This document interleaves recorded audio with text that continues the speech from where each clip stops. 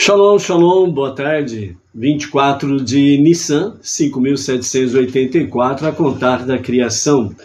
Dia 2 de maio de 2024, da Era Comum, é a tarde com a Torá, trazendo a Parashá da semana e as suas reflexões. Estamos no quinto dia da semana, quinta-feira, é o quinto dia para o Shabat. Então, estamos aí, já começando a preparação e a programação para celebrarmos o Shabat, o sagrado dia do Shabat.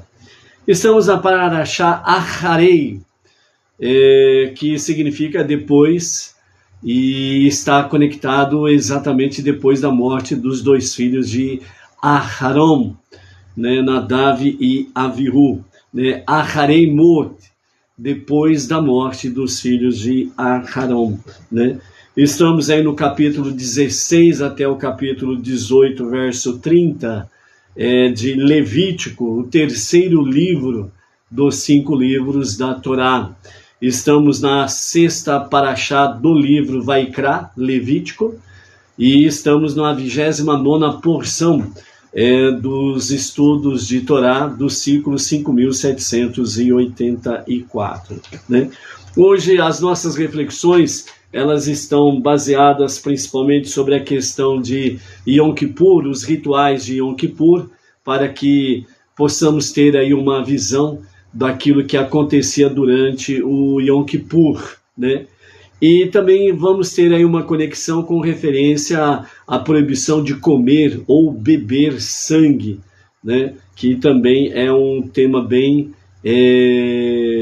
polêmico no meio das nações, Pode comer, pode beber sangue, não pode, como que é, como que não é.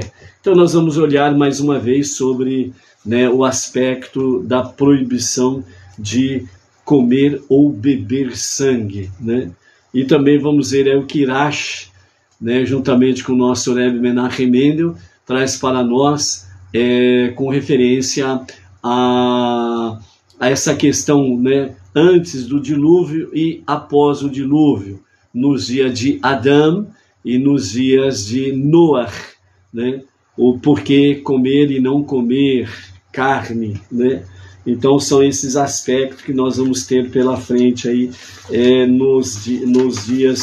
no dia de hoje, melhor dizendo, Então por isso temos aí uma referência também dentro desse aspecto, por causa de Yom Kippur. Nós temos aí novamente uma referência sobre a questão das roupas, do Kohen Gadol, e aí nós vamos falar dentro desse aspecto as roupas do Kohen Gadol, para que qual o momento que o Kohen Gadol usava as roupas douradas e qual o momento em que ele usava as roupas brancas, do Kohen Gadol. Ok? Baruch Hashem. Vamos mandar aí um shalom, shalom para algumas pessoas aqui da nossa A Tarde com a Torá. Temos aí o David Arias Salazar, Ele é proveniente de Lima, Peru, e atualmente está residindo no Rio de Janeiro. Adriano Oliveira, de Garanhuns, Pernambuco. Exilda Silveira, de Niterói, Rio de Janeiro. Rita de Cássia Torres, São Paulo, capital. E Deusuíte Chaves, da cidade de Poranga, lá no Ceará. E também nós temos aí a Geise Moraes, de Itacoatiara, juntamente com a sua família ali no estado do Amazonas, na cidade de Itacoatiara, a Geise Moraes, juntamente com a família. Baruch Hashem. Amanhã é sexta-feira, o sexto dia da semana, então nós temos aí o momento do acendimento das luzes especiais de Shabat, que se dará às 17h18, e a partir das 20h15, diretamente da Sinagoga Bnei Noach Regional Bauru, da cidade Sem Limites para o Brasil e as Nações. Estaremos aí juntamente com o emissário Emerson Felipe da Silva, outro emissário aqui na nossa Sinagoga Bnei Noach. Estaremos juntos transmitindo ao vivo e a cores, a celebração do Shabat, né? E o nosso querido emissário Emerson estará amanhã fazendo uso da Bimá, onde faz a leitura da Torá e trazendo uma mensagem muito importante com referência aí aos dias da contagem do Homer. Então, não perca amanhã, né? Temos aí a celebração do Shabat, louvores e também uma reflexão com o nosso emissário Emerson Felipe da Silva. Baruch Hashem. Nós temos aí, né, na questão do serviço de Yom Kippur, que é um tema muito central da nossa Parashá da semana. Então nós temos aí o serviço de Yom Kippur com o Kohen Gadol, o sumo sacerdote. De acordo com Rashi, né, em Yom Kippur todos os serviços eram realizados pelo sumo sacerdote. Ele usava vestimentas de linho branco para os serviços ligados ao Santo dos Santos, né, que é o Kadosh, o Kodesh HaKodashim, o Santo dos Santos, Kodesh HaKodashim. E as suas vestimentas douradas, normais para os outros serviços, né, que eram de fato serviços fora do Kodesh HaKodashim, fora do Santo dos Santos. Então ele usava as vestimentas douradas para os serviços chamados externos, né? Então ele trocava roupa 5 vezes durante o Yom Kippur. Então no dia do perdão de Yom Kippur, o Kohen Gadol ele trocava 5 vezes de roupas, né? Então vejam bem como era muito trabalhoso. Ele lavava suas mãos e pés antes e depois, e a cada vez imergia em um mikvê. Então vejam bem como que o serviço do Kohen Gadol em Yom Kippur, ele era trabalhoso mesmo, né? Então ele trocava de roupa 5 vezes, e também todas as vezes, antes e após, ele lavava as suas mãos e pés, e cada vez que ele ia adentrar, né, no Kodesh HaKodashim, o Santo dos Santos, ele então imergia-se no mikvê. Então era muito trabalhoso para o Kohen Gadol, né?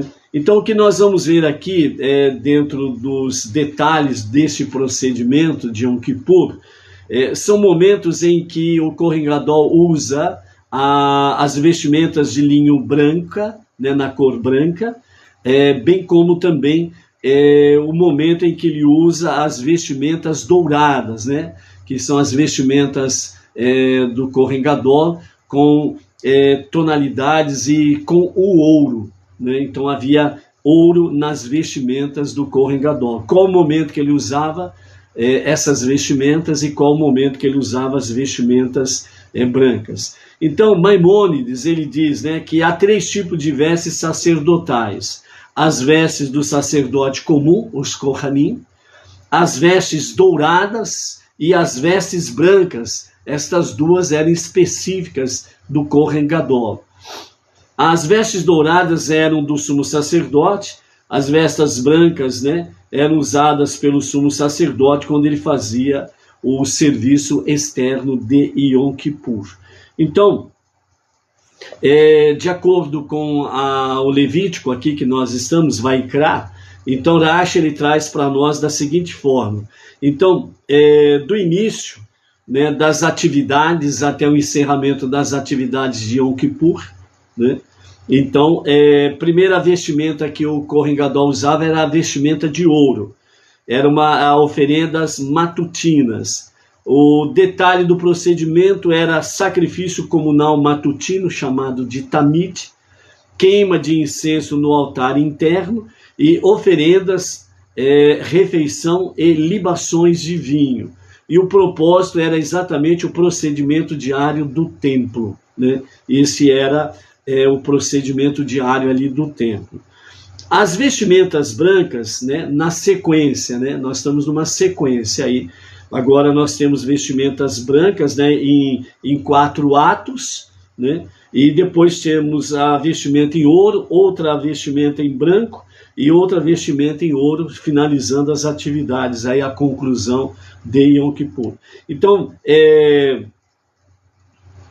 Nós temos aqui, na questão do serviço, né, os detalhes. Nós temos, a Rashi, ele divide em 8 detalhes esse procedimento, esse serviço.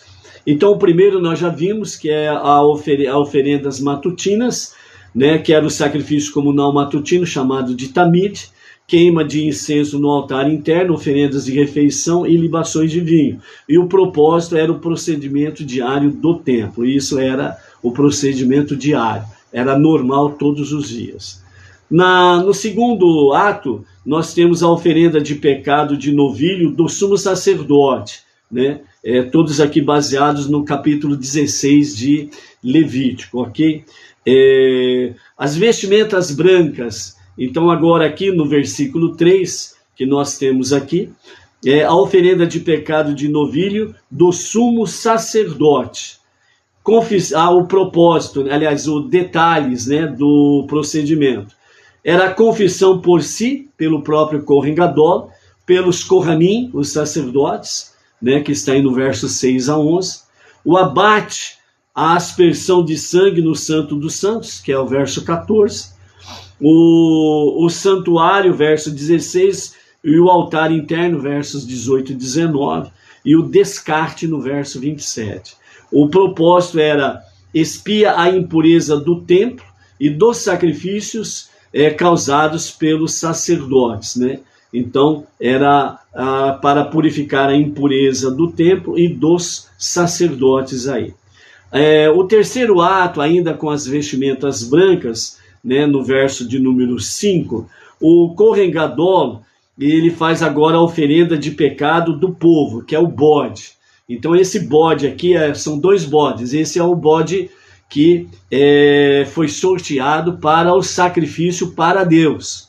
Então, né, o serviço aqui, oferenda de pecado do bode, e os detalhes do procedimento eram seleção por sorteio, que é os versos 7 a 10, o abate no verso 15, a aspersão do sangue no Santo dos Santos, também no verso 15, no santuário, verso 16, o altar interno, versos 18 e 19, e depois também o descarte, que está no verso 27.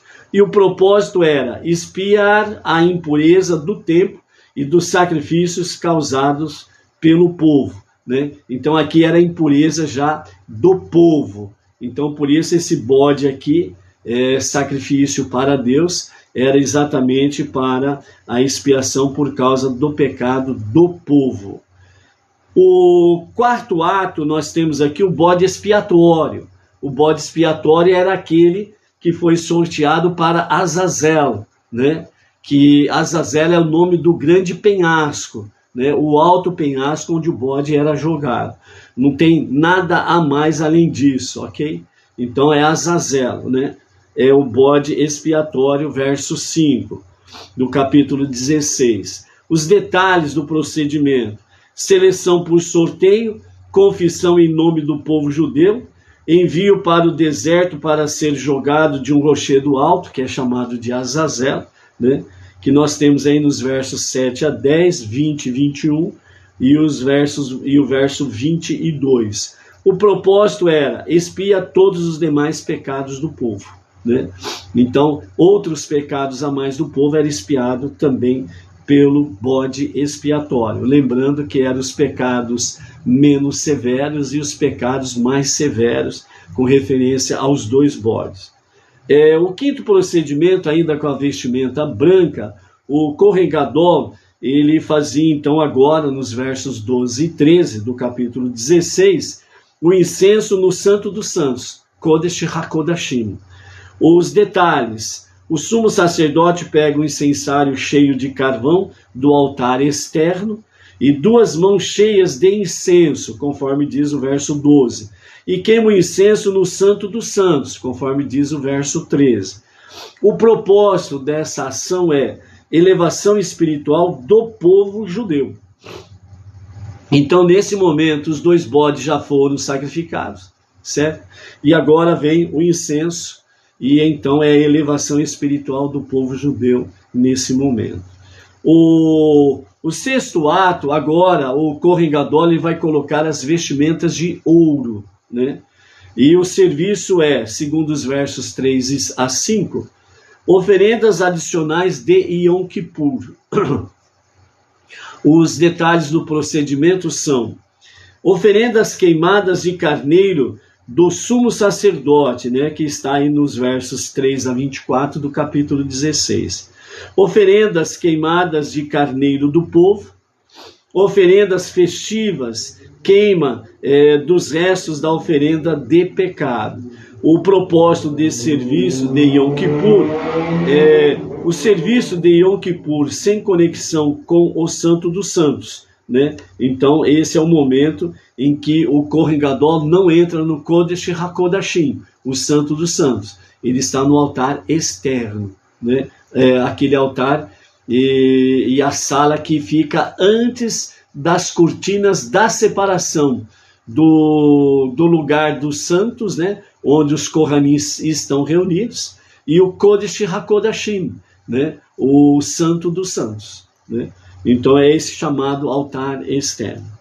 A sétima ação agora, o Kohen Gadol volta a colocar as vestimentas brancas, remoção da concha e do incensário, verso 23, né? Esse é o momento em que o Kohen Gadol ele vai fazer no Kodesh HaKodashim, no Santo dos Santos, ele vai fazer a oferenda do incenso. Então, nesse momento, ele se despe das vestimentas de ouro e fica apenas com as vestimentas de linho na cor branca, né, que simboliza a pureza, a purificação. Os detalhes desse procedimento são: o sumo sacerdote entra no Santo dos Santos para remover a concha e o incensário usados na queima do incenso. As vestimentas são guardadas, né? Aqui. O propósito aqui, conclusão do serviço no Santo dos Santos, né? Dentro desse aspecto aqui, desse sétimo procedimento, quando o Kohen Gadol entra no Santo dos Santos, o nosso Rebbe Menachem Mendel, ele traz para nós uma mensagem sobre a questão de ser uma nova pessoa, né? Então, vejam bem aqui os detalhes, né? No sétimo ato. Remoção da concha e do incensário. O detalhe é que o Kohen Gadol, ele entra no Kodesh HaKodashim, e quando ele está já no Santo dos Santos, lá dentro, né, as cortinas separam ele do altar externo, que é exatamente onde ficam os Kohanim, né? Então é a cortina da separação, chamada assim. E então já na parte interna do Santo dos Santos, ali o Kohen Gadol ele vai remover a tampa do incensário, né? Que o incensário ele fica coberto, né? E aí ele vai remover a tampa, a concha. Então as brasas elas ficam ali bem acesas. Aí ele vai pegar o incenso que está na outra mão dele e ele vai jogar em cima da brasa. E é aí que a brasa vai queimar os incensos. E é aí que vai subir a fumaça. E essa fumaça é a oferenda a Hashem. Ok? É a oferenda do incensário, a oferenda do incenso. Então, após esse procedimento, quando o Kohen Gadol sai do Santo dos Santos, as vestimentas que ele usou aqui, nesse momento, essas vestimentas brancas, né, de linho brancas, elas vão ficar guardadas, elas não serão mais usadas.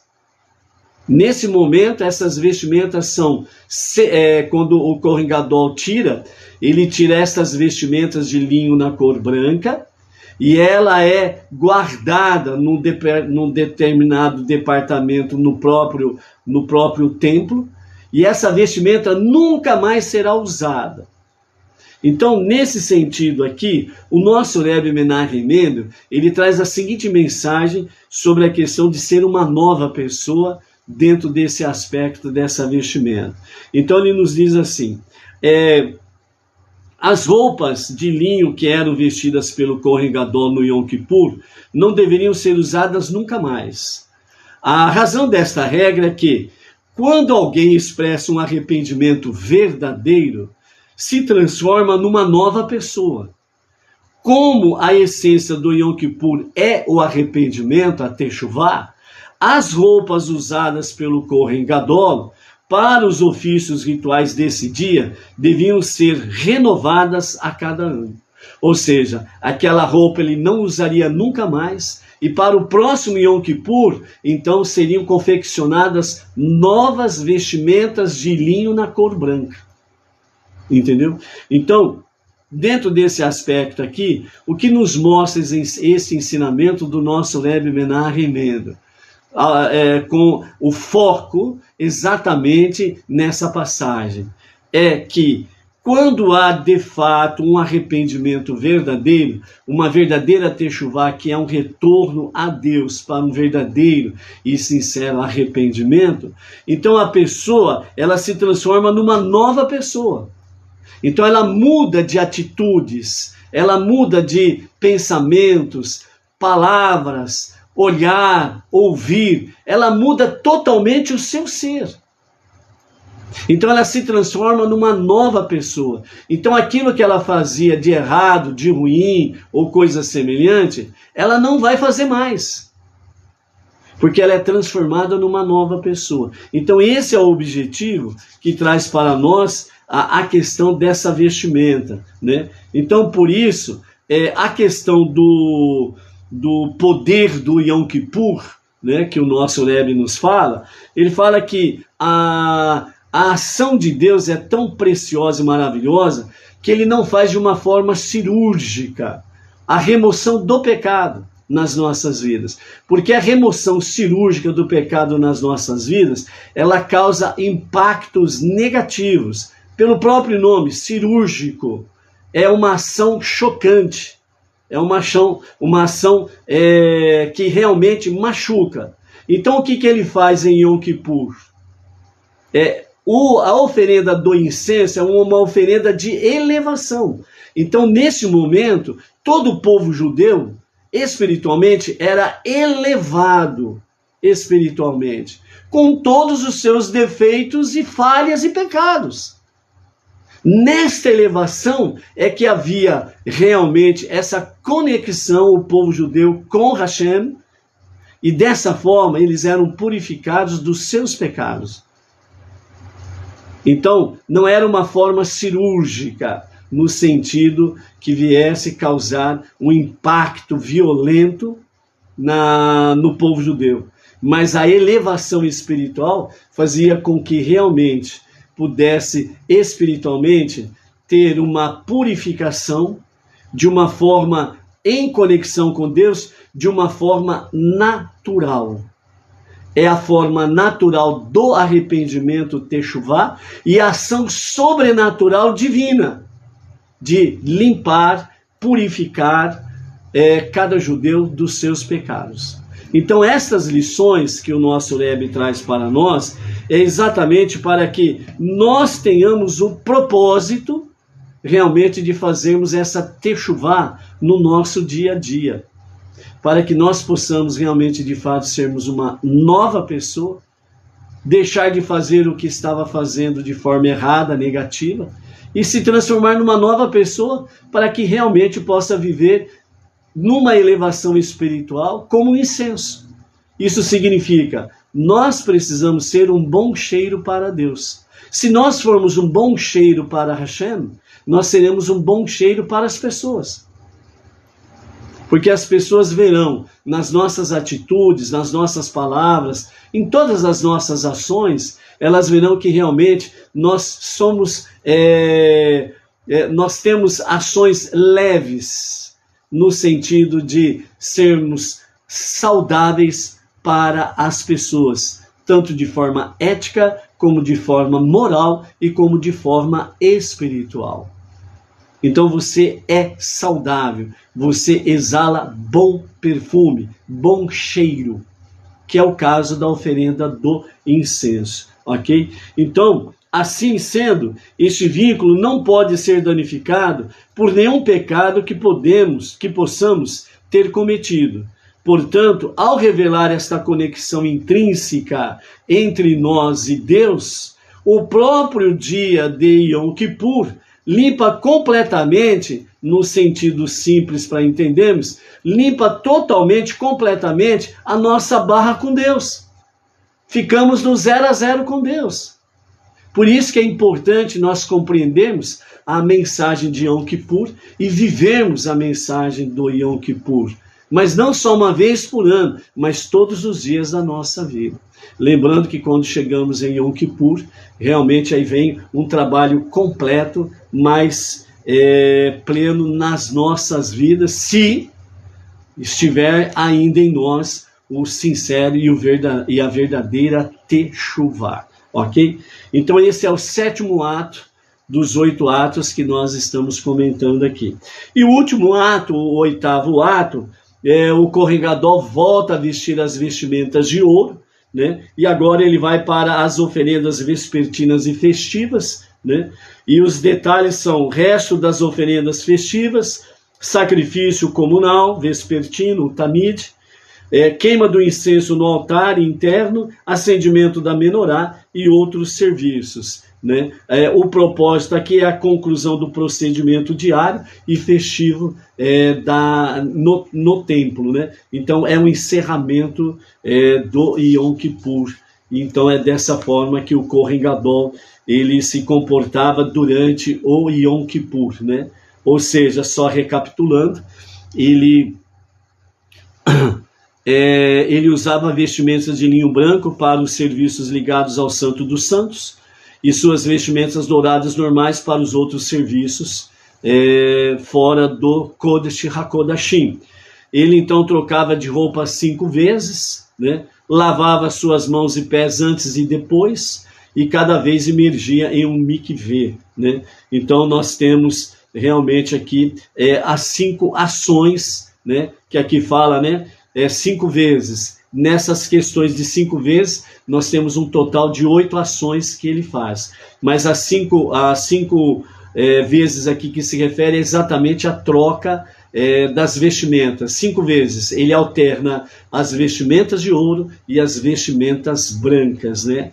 E no penúltimo ato, quando ele realmente entra no Santo dos Santos, que vai fazer a oferenda do incenso, é a última vez que ele usa a vestimenta branca, né? Aliás, a vestimenta de linho na cor branca, e essa vestimenta vai ser arquivada, guardada, e ele nunca mais vai usar. E para o próximo Yom Kippur é confeccionado novas vestimentas brancas aí, simbolizando exatamente essa questão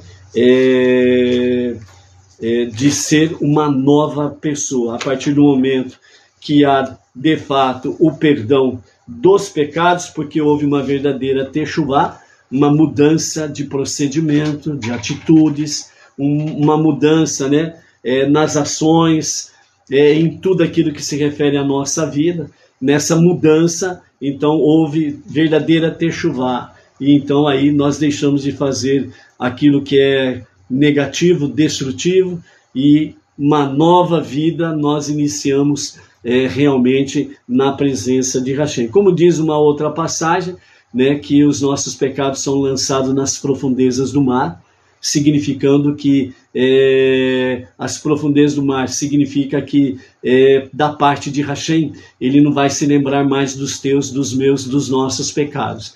Ele simplesmente passa a borracha, como diz ali o nosso Rebbe, né, limpa a nossa barra, e nós ficamos 0 a 0 com Hashem, e aí nós vamos em frente na nossa jornada monoteísta com fundamento judaico e orientação rabínica, ok?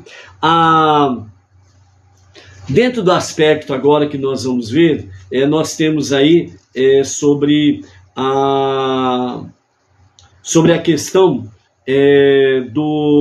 da proibição de não comer ou beber sangue. Então, o que nós temos aí no capítulo 17, né?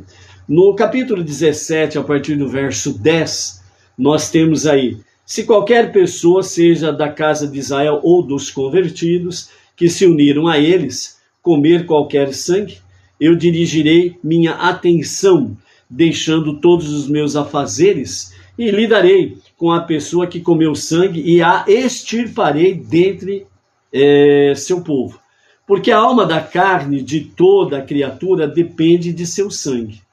e foi por isso que eu designei que ele fosse colocado sobre o altar para expiar pelas almas de vocês. É o sangue de um animal que expia por uma alma humana. Então vejam bem aqui, ó, Levítico capítulo 17, o verso 21, para nós abrirmos um parênteses aqui, mas dentro do mesmo assunto. É o sangue de animal que expia uma alma humana. Certos segmentos religiosos, por não terem os seus ensinamentos com fundamento judaico, que é a palavra original, você entendeu? Quando alguém fala assim, ó, eu estou ensinando você a partir da palavra original. Se não for o judaísmo, é mentira, é falácia. Ensinar a verdade sem ser com fundamento judaico é falácia. Ou como diz nos termos modernos, né, dos últimos anos, né, é fake news. Tenha certeza que pelo menos nesse caso aqui, esses fake news aí não vão entrar naquele processo do fim do mundo que está por lá, né? Mas no processo divino entra. Ah, se entra, não resta dúvidas. Por quê? Porque vejam bem, o que o Eterno ele deixa bem claro na Torá, e especificamente aqui capítulo 17, verso 21 de Levítico. Então, na Torá escrita, ela está assim: e o sangue que expia por uma alma, é o sangue que expia por uma alma. Essa é a Torá escrita, que todo mundo tem. Mas quando vamos para o fundamento judaico, que foi a revelação divina a Moshe e ao povo judeu, e aí nós temos então a Torá oral, temos o Talmud, que vem explicar o que é isso. Ou seja, é o sangue. Que sangue? Então, a Torá oral, o Talmud explica. É o sangue de um animal que expia por uma alma. Que alma? Aí o Talmud explica, a Torá oral. A alma humana. Então, esse capítulo 17, verso 21, cai por terra completamente qualquer segmento religioso que fala que sem o sangue humano não há perdão de pecados. É uma grande abominação essa afirmação e esse ensinamento. Porque nunca Deus pediu derramamento de sangue humano para perdão de pecados. Mas é o sangue de um animal que expia por uma alma humana. Então, qualquer outro tipo de ensinamento, principalmente que vem trazer a questão de sangue humano para perdão de pecados, é falácia. Isso daí realmente é uma grande mentira que tem permeado vários segmentos religiosos e enganado as pessoas. As pessoas não se colocam numa mente racional para pensar racionalmente. Quando que Deus pediu sacrifício humano para derramamento de sangue humano para expiar por uma alma humana? E aqui Levítico faz cair por terra qualquer ensinamento que alguém queira colocar aí. A raiz, o fundamento do ensinamento de que sem derramamento de sangue humano não há perdão de pecados, isso está dentro de um sistema religioso enganoso, que vem desde os tempos lá desde os tempos dos anos 300 e pouco para cá. Nós estamos no ano 2024. São em torno de 1.700 anos que isso daí está sendo impregnado na mente humana. E a mente humana, para se libertar disso, ela precisa ter o sincero sentimento de que quer servir a Deus em verdade, para poder se libertar desse jugo. Senão não se liberta, não consegue nem compreender isso, que Deus não aceita homicídio, assassinato, para ter perdão de pecados. A pessoa não aceita, não concorda. que aquilo que defendem por aí é um homicídio, é um assassinato brutal e cruel, que não tem nenhum pontinho de base bíblica para defender essa tese. Ok? Voltando. É o sangue de um animal que expia por uma alma humana, né? Então, aqui nós temos realmente a questão da proibição de comer ou beber sangue, né? Então, vejam bem alguns detalhes que nós podemos aqui refletir sobre a questão sobre o sangue, certo? Então, a primeira questão que nós queremos trazer aqui é o verso 10 do capítulo 17 de Levítico. Se qualquer pessoa, seja da casa de Israel ou dos convertidos, que se uniram a eles, comer qualquer sangue, eu dirigirei minha atenção, deixando todos os meus afazeres, e lidarei com a pessoa que comeu sangue e a extirparei dentre meu povo, certo? Então vejam bem, Rashi primeiramente ele diz assim, eu deixarei de lado todos os meus assuntos e eu lidarei com essa pessoa, entre aspas, pessoalmente, né? Então Rashi ele está dizendo que Deus está querendo dizer isso. Quem come sangue, quem bebe sangue, Deus deixa todos os seus afazeres, numa linguagem humana para compreendermos, e ele volta a sua atenção pessoal para aquele que está transgredindo a proibição de comer ou beber sangue, certo? O Onkelos, ele comenta dizendo assim, Deus diz, eu me irritarei com ele. Então Onkelos traz essa expressão. Maimônides, Rambam, ele diz, isto era para prevenir o povo judeu das práticas ocultas que envolviam sangue, como a prática dos caldeus de tentar chamar demônios, usando piscinas de sangue e comer sangue numa tentativa de aumentar o poder de profecia. Então, a Torá proíbe o consumo de sangue para afastar o povo judeu da tolice, segundo Maimônides, que ele escreve no Guia dos Perplexos 3:46. E Ramban Narmânides diz, como a força vital do corpo e de toda criatura depende do sangue, se uma pessoa come o sangue de um animal, a alma do animal se conecta com a pessoa e confere características animalescas a ele. Então vejam bem aqui nesses comentários de Maimônides e de Narmânides, certo? Então Maimônides deixa para nós bem claro, o sangue sempre foi usado para práticas ocultas, para invocar demônios, entendeu?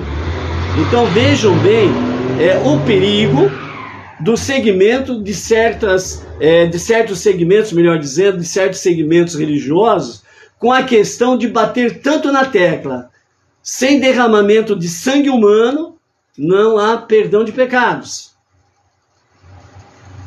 A prática, segundo a própria história dos caldeus, que eram aqueles povos que habitavam a terra prometida, que foram expulsos por causa das suas múltiplas iniquidades e perversidades, a prática deles era exatamente de usar sangue humano, principalmente, né, além do sangue de animais, sangue humano, porque eles faziam sacrifício de bebês, certo?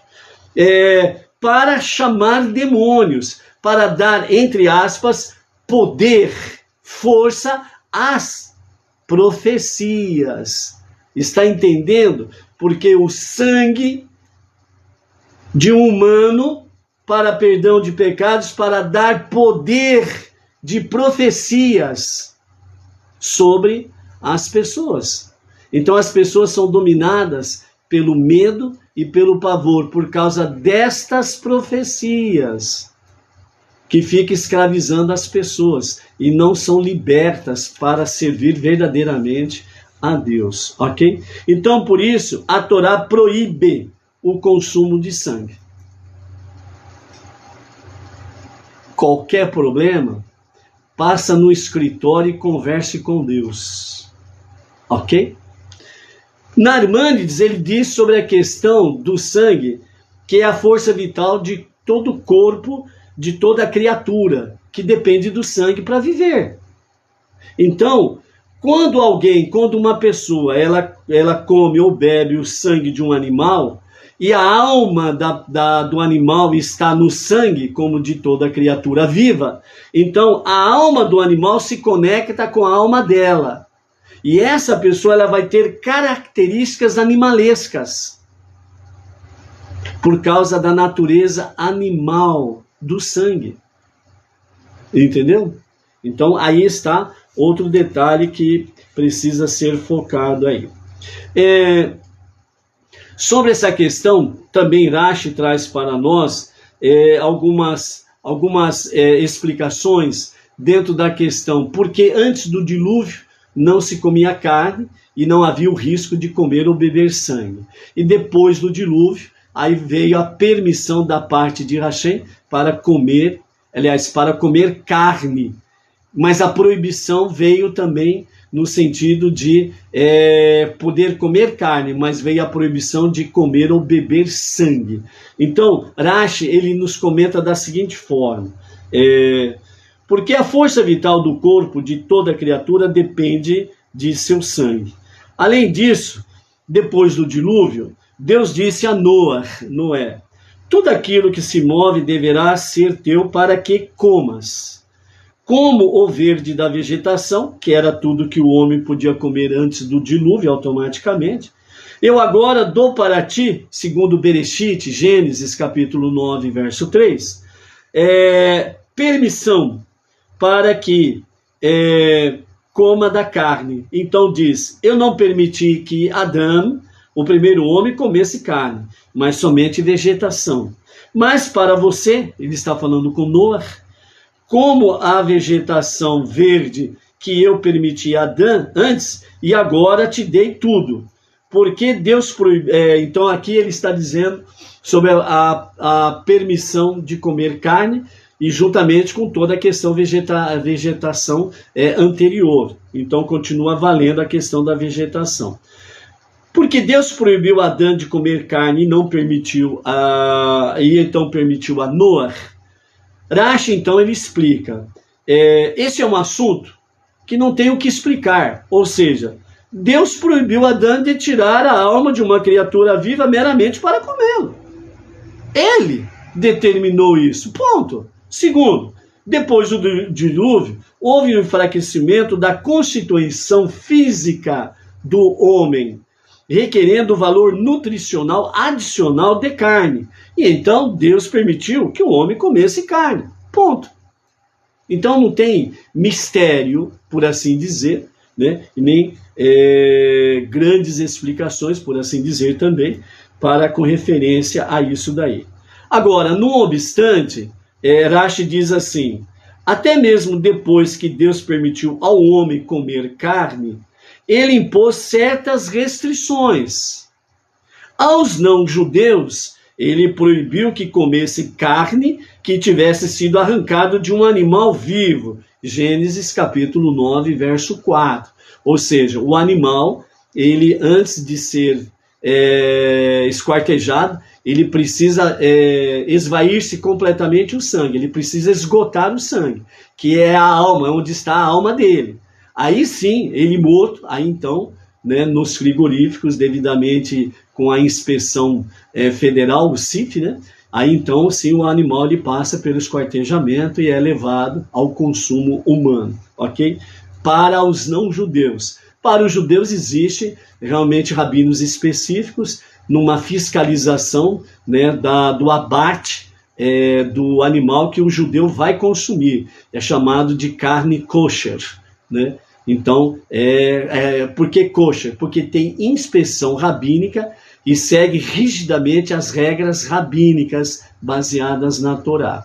Para os não-judeus, segundo já explicado aqui, né, os não-judeus podem ir num supermercado, né, onde tem o CIF, onde o açougue ali, a carne que chega ali tem o CIF, tem o selo, tem o carimbo, né, Serviço de Inspeção Federal, que obedece com rigor às portarias do abate, ok? Então, Aos não-judeus ele proibiu de que comessem carne que tivesse sido arrancado de um animal vivo. Para os judeus ele proibiu também o consumo do sangue do animal, pois embora uma concessão tivesse sido dada para comer carne, não obstante ela não era absoluta. Assim, enquanto se tornou necessário, por razões nutricionais, permitir ao homem comer a carne do animal, permaneceu proibido comer seu sangue, que contém a verdadeira vida e a alma de um animal, ok? Então, por isso, para judeus e não judeus, é proibido comer carne. Aliás, é proibido comer sangue, beber sangue. Não se deve beber o sangue do animal. Por quê? Porque no sangue está a alma dele. E como nós vimos ali Nachmanides falando, né, que o sangue do animal, né, a partir do momento que o ser humano ele come ou bebe sangue, certo? Ele, a alma animal, ela entra em conexão com a alma da pessoa e ela vai adquirindo características animalescas, né? Então aí ela vai se tornando uma pessoa ruim, né? Mas ruim mesmo, ok? Então é por isso que é preciso tomar muito cuidado com a questão de beber sangue ou comer sangue, ok? Há várias outras coisas que nós podemos aprender dentro desse aspecto aqui, certo? Porque realmente ele vamos dizer assim, é algo que está conectado com as gerações após o dilúvio, né? Então, muitas vezes, no meio do próprio povo não judeu, né, entre os Benei Noa, então entra aquela questão, né? Nada é proibido, tudo é permitido.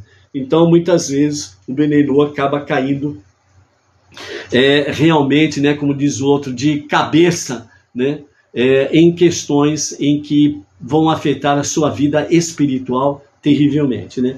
E essa questão aqui de não comer e beber sangue é uma das proibições que o Benei Noa tem. Baseado no quê? Baseado nas 7 leis de Noa, as 7 leis universais, onde diz que não é para comer a carne de um animal dilacerado. Por que isso? Porque a carne de um animal dilacerado, ele simplesmente contém sangue também. Tem a carne do animal e o sangue do animal. Então, automaticamente, ao mesmo tempo que é proibido comer a carne dilacerada, é automaticamente proibido de comer e beber o sangue do animal. Entendeu? Então está implícito. E esta mitzvah, esse preceito, né, da não comer a membro de animal dilacerado, tem as suas ramificações, e dentro das suas ramificações tem a questão do sangue aí, né? Então o animal dilacerado, né? Então dentro do nível normal, o animal que é abatido, certo? Ele passa pela degola, né? E o responsável pelo esquartejamento do animal, ele não espera o animal esvair-se em todo o seu sangue. Então ele não espera que todo o sangue realmente do animal seja escoado.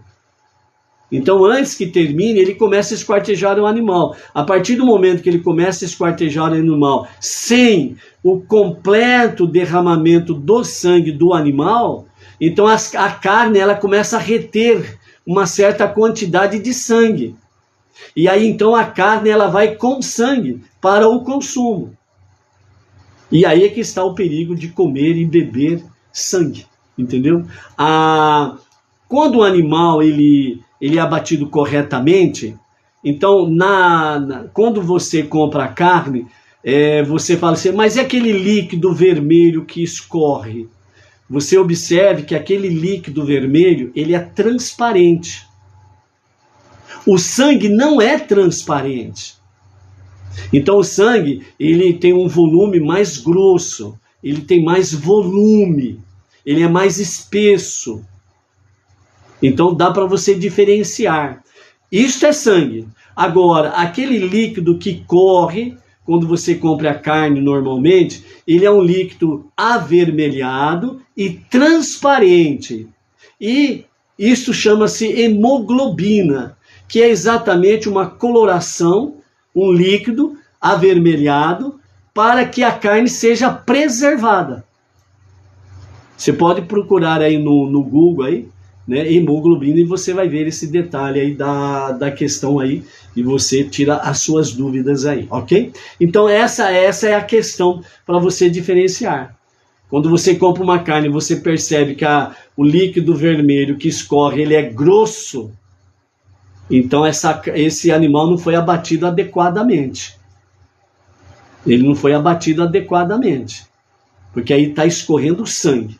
E se você compra uma carne, você percebe que o líquido que escorre, ele é avermelhado e transparente, ele é líquido, ele não é espesso, ele não é grosso.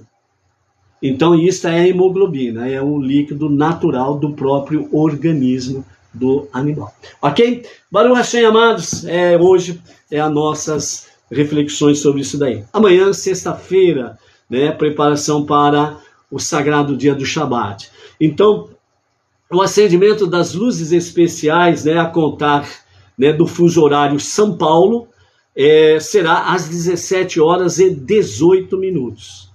Às 17 horas e 18 minutos. Então aí acende-se as duas luzes especiais de Shabat.